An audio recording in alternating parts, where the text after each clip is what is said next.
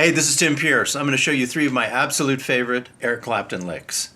Click the link below if you want to check out some of my lessons on blues and other styles. So it turns out that this first lick is one of the first licks I ever learned when I was learning lead guitar. And so I play it all the time no matter what. It's just part of my vocabulary and a big part. So I'm pulling up at 10 to match the pitch at 12.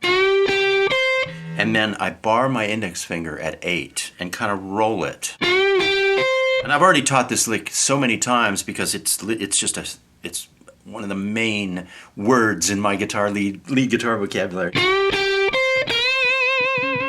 And I pull from 11 to match the pitch at 13 on string 2, and I vibrato. I use the 3rd finger because it has more strength.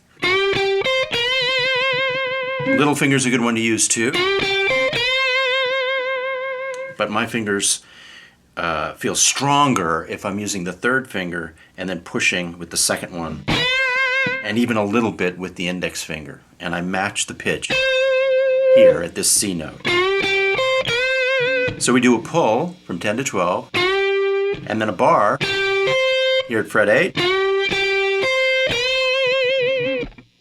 Picking wise, it's 2 downstrokes and an upstroke when I do this. 2 downs. And the last one is an up, and then another downstroke. But the crucial part of this is 2 downs and an up for the first 3 notes of this phrase. Again, slowly.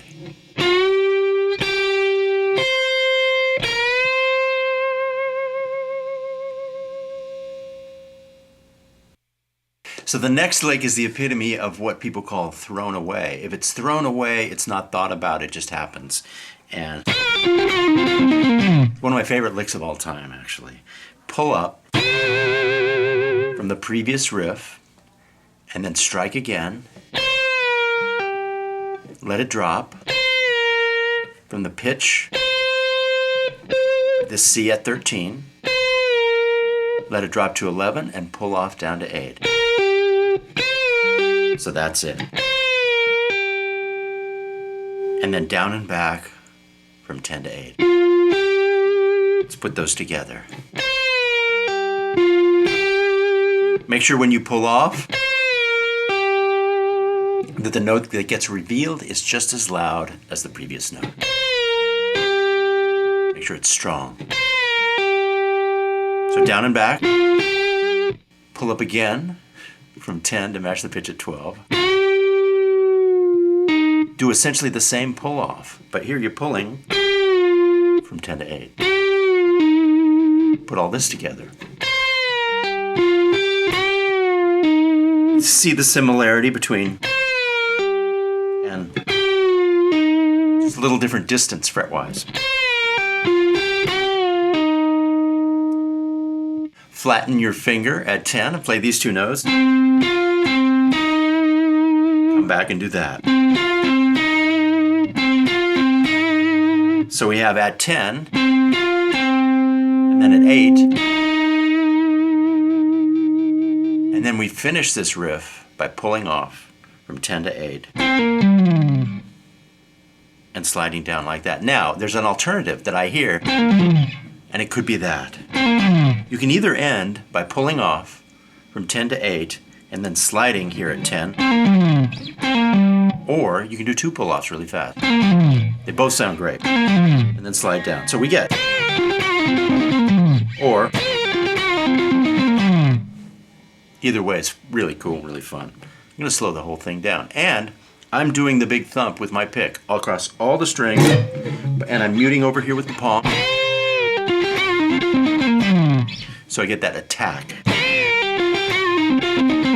I don't know if Clapton did that or not, but I love the way that sounds, so I'm doing it. Slowing it down.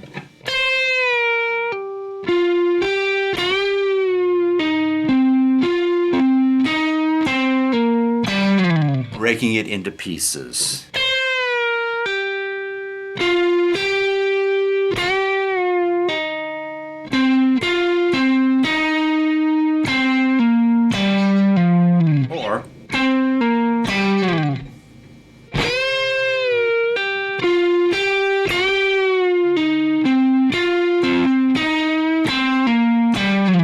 one more time, really slow, broken down. Then,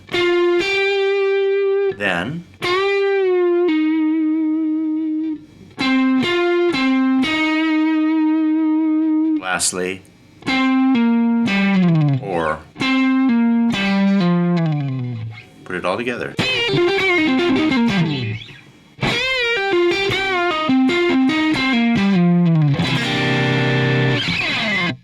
So for the next phrase, I move my hand up to fret 13, and I'm kind of seeing this C minor right there. And it's my third finger on 13, and I do a big thump across all 5 strings to give it that kind of gravity when I hit that first note. And then I go 11, 13 on the first string. And then I pull 6 times. There's actually 7 pulls in a row, but the 7th pull I consider the start of the next phrase. So I do this. I pull up at 13 to match the pitch at 15. I do it 6 times.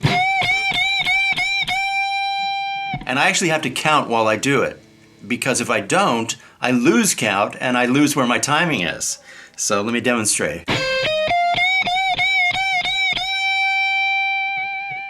And that way I know I'm doing it right.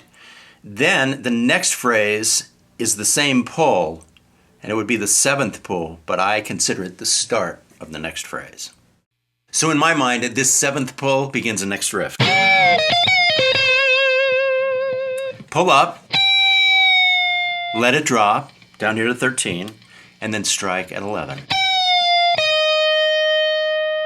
Strike again at 13, pull again, and then pull off.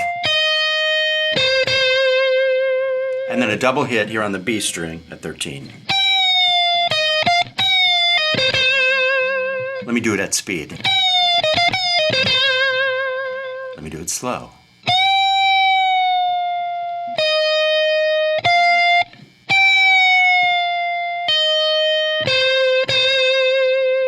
Doing stuff that slow is a really good exercise because it's harder to keep it clean. It's really cool.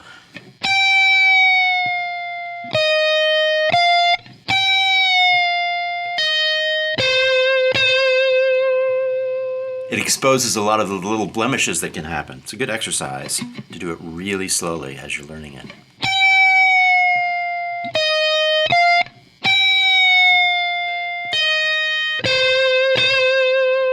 And that last pull off, make sure it's strong and that note sounds just as loud as the picked note.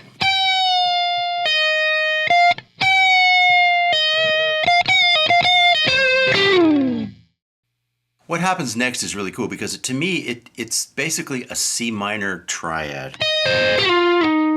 It's kind of back picking this C minor that's right here, which is the shape of an open D minor just brought all the way up to here.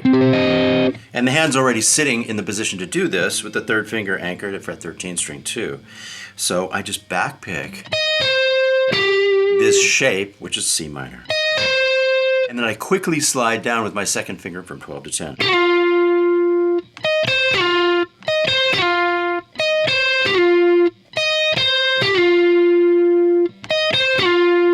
And to me, the hardest part of this next move is there's a pull-off here that happens from 10 to 8, and you do it between these 2 fingers, so it's a stretch that's a little bit unusual. A little bit of a stretch.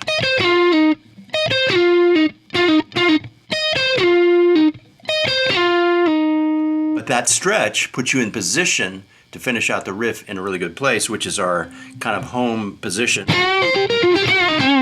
C minor pentatonic. So let's check it out.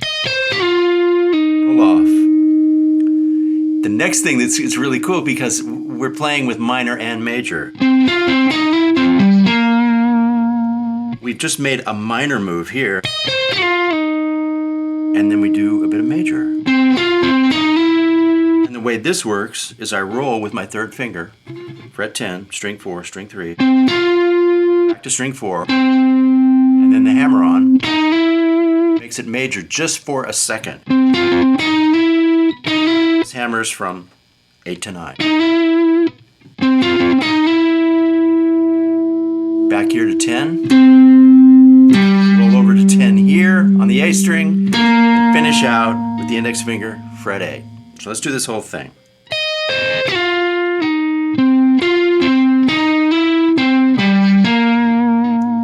This second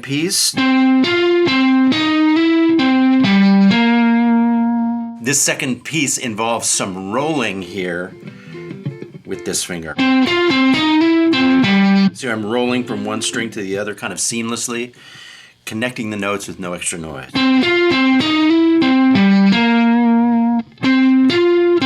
And to do this, you just flatten the third finger. Come back, hammer, minor to major, finish out with another roll here at 10. And end there, this whole piece.